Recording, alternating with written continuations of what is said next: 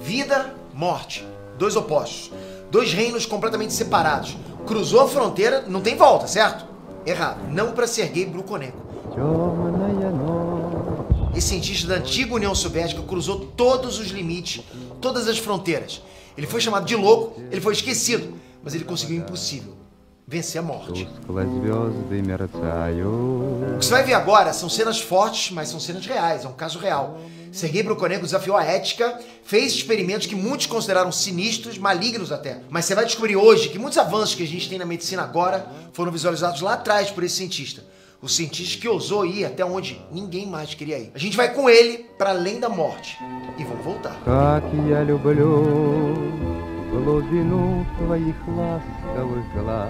Fala pessoal, Peter aqui. Bom, todo ser vivo já nasce com uma certeza. A morte está lá no final da jornada. É o grande inimigo, é o desafio definitivo da existência. Para a medicina não existe obstáculo maior do que esse.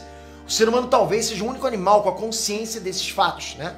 E justamente por isso a gente luta tanto para que a morte nunca chegue. Foi essa vontade de lutar que pautou todo o trabalho de Sergei Brukhonenko. Se você nunca ouviu falar dele, é porque ele foi esquecido até mesmo pelo país dele. Para muitos ele foi um monstro. A gente não tá aqui para julgar ninguém, ok? Mas para mostrar os fatos, para mostrar como que o Sergei Brukhonenko desafiou todos os limites, principalmente o limite da morte. Sergei Brukhonenko é o nosso protagonista de hoje. E eu garanto que você vai se impressionar. Mas antes, deixa eu falar com você, esse canal tá começando. Esse, se não me engano, é o 9º vídeo. Tá tão no começo que eu consigo contar os vídeos. E por que eu tô falando isso pra você? Porque a gente precisa muito da sua inscrição. É um canal que você vai falar assim, Pedro, é um canal onde você conta casos reais, como o próprio nome diz. Mas é diferente. Não é um canal que eu conto casos reais como o evento em si, mas é sempre na perspectiva de uma pessoa, sabe? De uma pessoa contando. A gente vê pelos olhos dessa pessoa. Isso é diferente. A gente tem que fazer muita pesquisa para chegar nesse roteiro, para chegar nessas histórias para vocês. Então eu acho que é algo que vai agregar muito para vocês. Se vocês quiserem, se inscrevam aqui nesse canal, ativa o sininho, vai ajudar muita gente nesse começo de trabalho. Obrigado de coração. Sergei Sergeyevich Brukhonenko nasceu em 30 de abril de 1890, na pequena cidade russa de Kozlov. Ele era filho de engenheiro civil e herdou do pai essa vontade de construir coisas. Sergei ainda era um adolescente quando fez sua primeira invenção, uma bicicleta. Mas bicicletas já existiam, claro.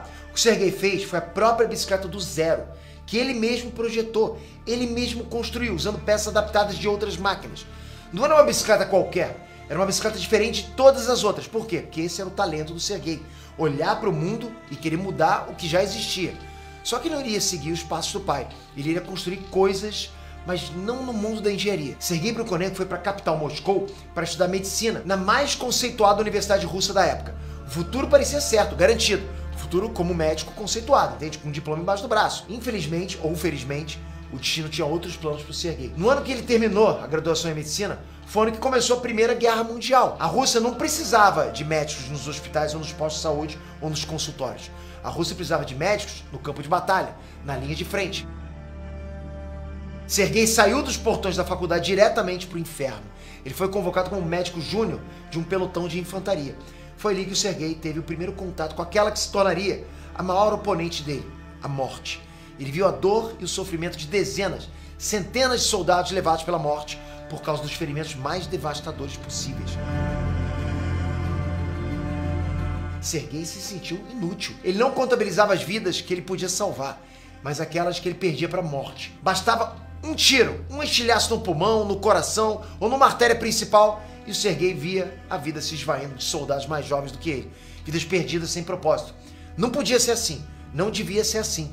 Sergei ficou com aquilo na cabeça, sabe? E se houvesse uma forma de prolongar a vida? Se houvesse uma forma de vencer a morte? Mesmo sem o coração, mesmo sem o pulmão, mesmo sem sangue, trazer aqueles soldados de volta à vida, de volta para as famílias deles.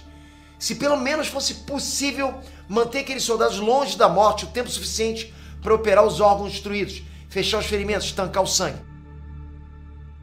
Em 1917, a Rússia saiu da guerra para viver uma revolução. Em 1917, Sergei Brukhonenko voltou para casa trazendo um trauma que ele nunca conseguiria superar. Entre 1919 e 1926, ele trabalhou no Departamento de Patologia Clínica e Terapia do Hospital Militar de Lefortovo, nos arredores de Moscou. Ali, o inferno continuou. Ali, ele atendeu uma leva quase infinita de pacientes com tifo, pacientes com malária.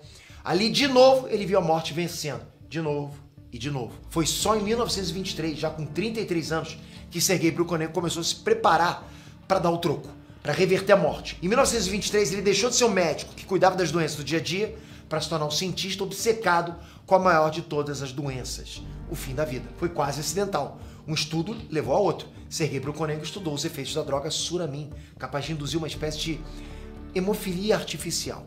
Como assim? O sangue, sob efeito de Suramin, não coagulava.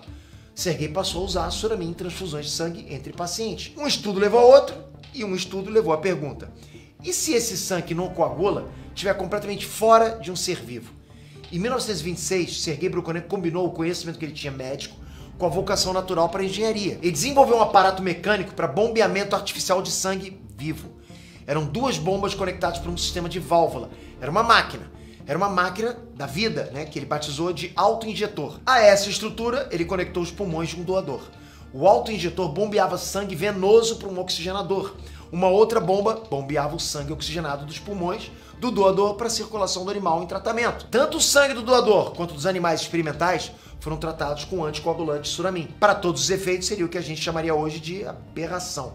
Uma fusão de máquina e carne. Um mecanismo quase artesanal, mas funcionava.